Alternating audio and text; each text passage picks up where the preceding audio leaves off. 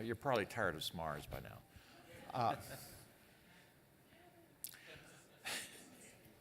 So we're going to try to take a number of the themes that Mark started us down the first night and the CTO challenge is involved in, and that's this whole movement as we exponentially get to greater and greater data. It's a reductio ad absurdum. You got to shift to something that makes sense for humans, and that's visual. And of course, I've spent my whole life doing that, but now it's coming into medicine. And I think this is the future, and it is so much like science fiction, and yet it is so coming true. And so I want to switch back now to, the body and its interaction, the patient interaction with the doctor. And as you know, Mark was kind enough back in 2011 to ask me to write up my, as then unknown, search for my own body's, what was wrong with it, and becoming a quantified self. And so, over the years, we've talked about the various things that I was able to identify myself as having an inflammatory disease and track it and so forth.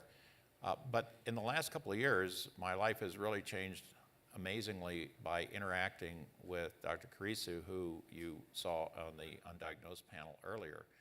And it's sort of like many things in life, kind of an odd way that we bumped into each other. Why don't I have the first slide? Mike? Yeah, Larry is, he's not your typical patient, right? We've been working together for a few years, and the two reactions I get from people when they find out, oh, you're Larry's doctor, is like, oh, that's great, and the other reaction is, I'm sorry.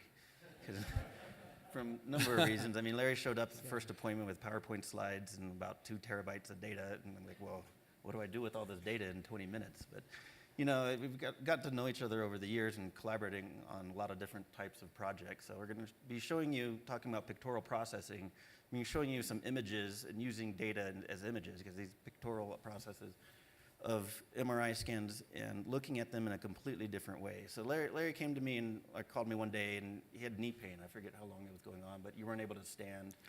I couldn't walk up one flight of stairs, this was only a year and a half ago, without pulling myself up the banister, and just excruciating pain. It had grown and grown, and I know many of you have got similar things, and you figure, oh, well, I guess I got to have surgery. But I went to an osteopath instead of an MT at that point. And I was so fortunate to be at UC San Diego, and I collaborate with Christine Chung, and she's doing some really great stuff with advanced MRI imaging. So we got an MRI on his knee. Why not? Let's get the highest resolution 3 Tesla. But then, so you can see this. You're looking at the knee it's on the side where you can see the color in that. So Christine is able to put color to these images. And if you look at radiology, they've been doing this for I don't know how many decades, but they're still viewing 2D in black and white. So she's off to change this and put into color. And Larry says, well, why don't we take this a step further? So there's a person named Jürgen Schultz in Cal IT2, who's probably the best virtual reality person on the planet. And he wrote an algorithm to take medical images from 2 dimensions and turn them into 3-dimensional images. And can you click on the blue knee? Back on the back, the AV folk? Click on it, arrow. Yeah, can you click on the Well, I can't do it, but there you go. There we go. Yeah. So what you're seeing here is a 3-dimensional view of the knee in virtual reality and color-coded with Christine's images of an area showing where there's inflammation. So now we have inflammatory process going on with Larry. You could either treat this with injecting it with a steroid, or you can get some high-powered anti-inflammatory medication. Larry doesn't want to go that route, and I'm in the integrative medicine field, and I asked him if he was taking curcumin. So there's a side note that curcumin is a very powerful anti-inflammatory. It's found naturally occurring, comes from the Ayurvedic in India as a spice. Turmeric. Yep, turmeric. And I asked him if he was taking it, and he said he was, and I said double the dose. And your response to that? It was a miracle. It literally within a week or two, I had no pain. I could walk 10,000 steps a day, go up, in fact, 27 stories, which, stairs measured by my Fitbit. Extraordinary. So as he said, Mike, you now have my attention.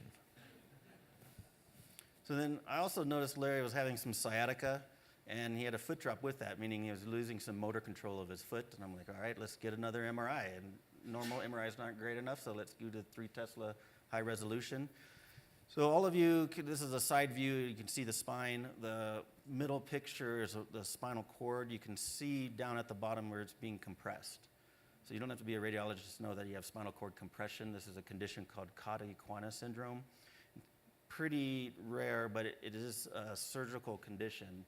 So I'm on the phone with the surgeon. Most places and most people, most surgeons would operate on this immediately. Luckily, we have a surgeon at UCSD that is very conservative, and he said, all right, Mike, I know what you do. See if you can do something to relieve pressure from that nerve from a hands-on standpoint.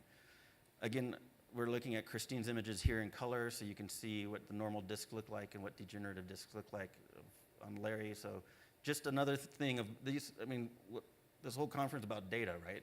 This is a view of data, and you can see it in black and white, and you can train as a radiologist, but then you can add color to this to bring in another dimension that you're looking at. Tell them about the difference in my disc. I had no idea, of course. So the bottom disc is, what you're looking at is the color is a redistribution of water, and the bottom disc you can see is normal. You're supposed to have a high density gelatinous substance within your disc in the middle, so it kind of has that like the bright color. And then the degenerative discs, the next 3 ones above that, are all scattered, and you can see that the middle part of the disc is broken open because of the compression of the spine there. And so this is news to me. On the other hand, I got the sciatica to the point I couldn't even sit down, which for a guy that runs on a computer all day long is a debilitating situation. And then the foot drop, everybody kept saying, why are you limping, Larry? What is wrong with you? And of course, it was the inflammation that was impinging on the nerves that go down the leg. So even though it was the knee and the foot, it was actually the spine that was this is the whole point about looking at systems. And so I said, well, Mike, we can do a lot better than this. And he said, what do you mean? This is the best we got in radiologists. Christine is using these advanced techniques. And I said, yeah, well, that's just 2D. Let's bring it into virtual reality. And so, Mike, had you ever actually No, I haven't. been inside a 3D? So I had to figure out how I was going to treat Larry. The surgeon's like, hey, it's up to you, Mike. Let's see if we can help him. And it's like, okay, there's no pressure here. So looking, again, another way to look at data, and this is the virtual reality cave that he has at Cal IT2, and I'm completely surrounded by monitors, even on the floor. It's 25 feet high. You can see I'm pointing here, moving my way through the spine. I'm wearing a hat that has those ping pong balls on it, so the way I move my head, I can literally virtually manipulate his spine. But what this did, this is eye-opening for me, because this changed my treatment protocol that I was going to do for him. So I was going to do a technique to alleviate for his low back pain. Low back pain is, this big epidemic we're having in the United States right now. But I was going to treat him one particular way, but now that I saw it in 3D, it changed the algorithm that I was thinking about. I'm going to approach him in a little different way. So this is a very big eye-opening experience for me on how three-dimensional anatomy is, which I live in every day. I put my hands on patients and see how their structure and function changes in 3D. But seeing in 3 dimensions really changed everything. And this comes back to what Mark was saying. You notice he's not looking at numbers. He's looking to images in multiple dimensions, and his eye-brain system is intuiting and turning that into medical therapy. This is what visual computing, pictorial computing is about. And the diffing, seeing this in time, is really critical to that. So his treatment of my back now, I don't even know I've got a problem. And again, no drugs, no injections, no steroids, no operation. And that's the important point, is that we used the visual processing, visual images, as a tool, and we're actually able to prevent Larry from having spinal surgery. So then we started thinking of how can we use this tool for surgery? And so this kind of continues on with Larry's journey, which I think most of you are familiar with. Right. Well, you knew I had problems with the colon. You've seen my 3D printout that was very useful to help the surgeon understand this. But last June, before the last FiRe 14, I did a full-body CAT scan, which I'd done 8 years before, at the millimeter level, in which the Dr. Eisenberg and Irvine has developed this technique to then look in 3D at it. And what they do, and I'll try to be, how can I say this? They inflate you from the rear with air. And then they take a CAT scan of that. And so what you're seeing is the inflated colon. Except that in nisigmoid, that's the part that's across here, the horizontal part, it's down to about 4 millimeters of opening.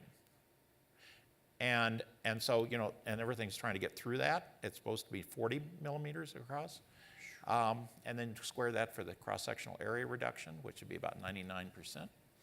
So I was not in good shape when I was here last year, and I was just inflating, and I thought I was going to explode, basically. And so this turned out to be the final treatment, a final stage in which 2/3 or so people that have Crohn's end up with a stricture that needs surgery.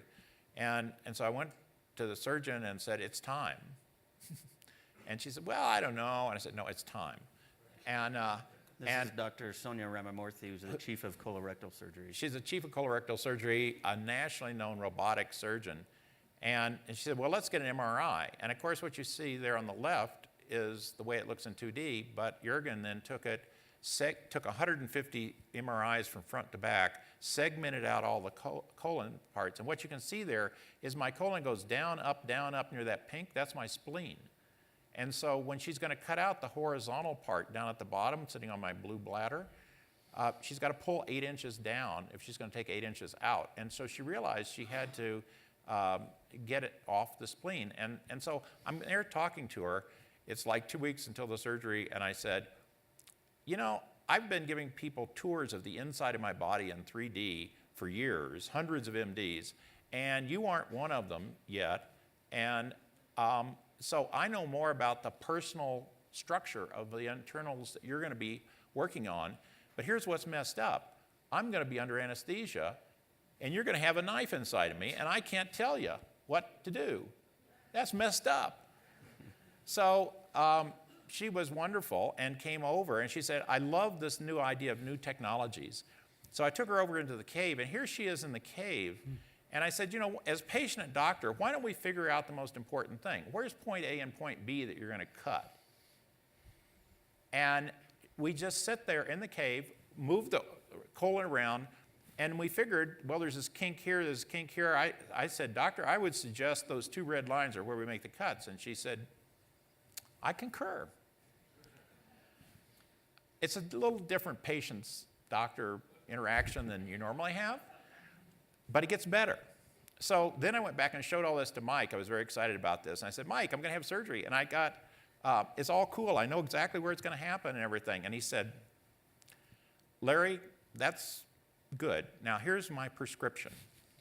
I told him that you need to prepare yourself for surgery, so we do all of this of like pre-surgical planning, and you know, like getting your musculoskeletal system in shape. You have to like because you're going to lose a lot of muscle wasting sitting in the hospital bed in recovery room. So Larry started walking, was still getting 10,000 steps a day, and then I said, well, Larry, you know, you really need to prepare for surgery, and then he sends me this picture.